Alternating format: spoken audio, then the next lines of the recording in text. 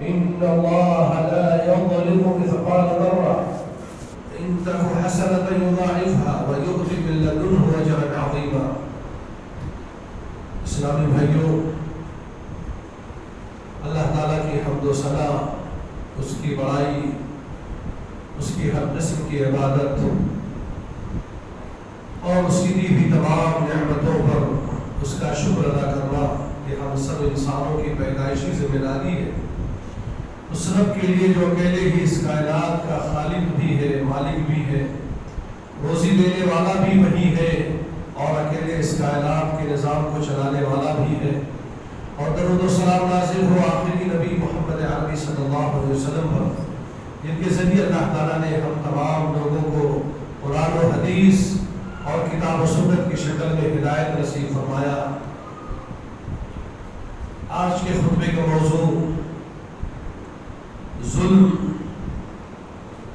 ظلم کسے کہتے ہیں، ظلم کی شکلیں کیا کیا ہیں، ظلم کا دنیا اور آخرت میں انجام کیا ہے. وقت کم ہے، جمعہ کے خطبے کا وقت مختصر ہوتا ہے، ہونا بھی چاہیے، اس لیے بہت ساری باتیں ہو سکتی ہیں رہ جائیں. یہ ایک لفظ ہے ظلم جو ہمارے سماج میں بھی پڑھے لکھے ان پڑھ لوگ بھی استعمال کرتے ہیں. ظلم عربی زبان میں وضع الشیء فی غیر محلہ، جس سامان کو، جس چیز کو جہاں ہونا چاہیے، جہاں رکھنا چاہیے، اس کو اس کی جگہ سے اٹھا کر کے آپ کسی اور جگہ رکھ دیں. یہ منبر ہے، اس کی جگہ مسجد کے قبلہ سائڈ میں ہے، پچھم سائڈ میں. آپ اس کو اٹھا کر کے پورب سائڈ میں رکھ دیجئے، اتر یا دکھن رکھ دیجئے اور وہاں سے تقریر کروائیے. تو یہ نہ صرف خطیب کے ساتھ ظلم ہوگا بلکہ اس منبر کے ساتھ بھی ظلم ہوگا. وَضَعُ الشَّيْءِ فِي غَيْرِ مَحَلِّهِ، جس چیز کو، جس سامان کو، جس بات کو جہاں ہونا چاہیے وہاں سے اس کو اٹھا کر کے آپ کسی اور جگہ رکھ دیں، اسی کا نام ظلم ہے. اور اسی معنی میں ہمارے سماج میں بھی ظلم کا معنی استعمال ہوتا ہے. جو لوگ پڑھے لکھے ہیں وہ بھی، جو نہیں پڑھے لکھے کسی کو مارتے ہوئے دیکھتے ہیں تو کہتے ہیں کیوں ظلم کرتے ہو، کسی کا گھر گراتے ہوئے دیکھتے ہیں تو کہتے ہیں کیوں ظلم کرتے ہو، کسی کو ناحق گالی دیتے ہوئے سنتے ہیں تو لوگ کہتے ہیں کیوں اتیاچار کرتے ہو. تو جس معنی میں عربی زبان میں ظلم ہے، اسی معنی میں ہمارے سماج میں بھی ظلم کی تعریف اور اس کا معنی اور مطلب ہے. ظلم کی بہت ساری قسمیں ہیں، ظلم کی بہت ساری شکلیں ہیں. ان میں سے ایک بڑی شکل ظلم کی ہے، وہ یہ ہے اللہ تعالیٰ کی ذات کے ساتھ شرک کرنا. جس رب نے ہمیں پیدا کیا ہے، جس رب نے ہمیں ہمارے لیے روزی روٹی کا انتظام کیا ہے، جو رب ہمیں اس دنیا کے اندر وجود میں لایا ہے، ہم اور آپ اس کی ذات کے ساتھ شرک کریں.